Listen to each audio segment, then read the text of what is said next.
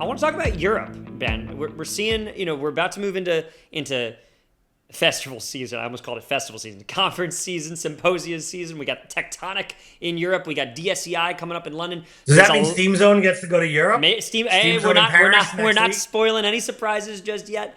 The 5% NATO commitment, 3.5 for defense, 1.5 for infrastructure and borders and national sovereignty. Important investments. Ben, is Europe a credible market for defense tech right now? Well, once they host our podcast in Europe, they'll definitely be a credible market.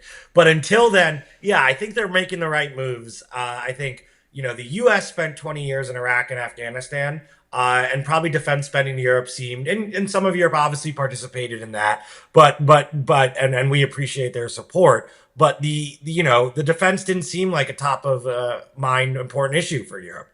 And I think now with Ukraine, Russia being on their doorstep, the doorstep of Europe, I think Europe credibly is taking a look in the mirror and say, okay, we got to be serious, right? Like this stuff is real. This is not some adventure over there. This is really in our backyard. It certainly seems credible. It seems like they're making many of the right moves. We're hearing rumblings out, especially Eastern Europe, Poland, a lot of interest, obviously for obvious historical reasons, a lot of concern there.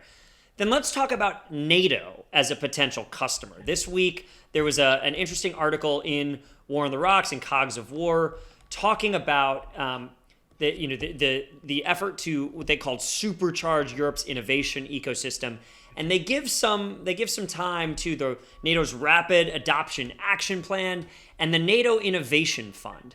And I think what's interesting about this is thinking about how, from an industry perspective, if you're building or you're looking for early customers, how you think about interacting with NATO. Because I went and did some research on this. I wanted to find are there examples of technologies that have been incubated through early investment from NATO and then transitioned to member countries?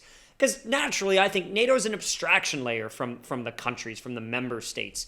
It's hard to get, you would think that is one direction. By the way, the U.S. hasn't even bought in to the Innovation Fund yet, which is the biggest market in NATO, right? So what are we seeing? More often than not, the flow does look to be country first and then NATO.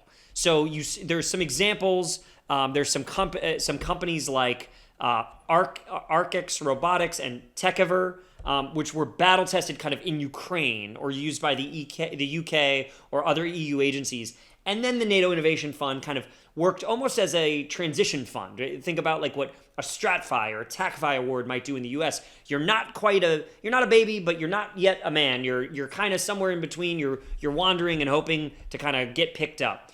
It's your bar mitzvah season. There it is. Hey, Hava Nagila. There are a couple of examples where NATO seemingly kind of incubated a little bit of funding, and maybe there's some traction going the other direction. There's a UK program that's using some, I think, of Kraken unmanned surface vessels in some exercises. There's another company called Aquark, where NATO seed funding led to some Royal Navy trials. But the evidence there is really uncertain. And so I think my take right now is if I were looking at this, I would not be banking on NATO as my customer one. I would say NATO maybe is a bridger of the valley, but NATO themselves not a big end customer.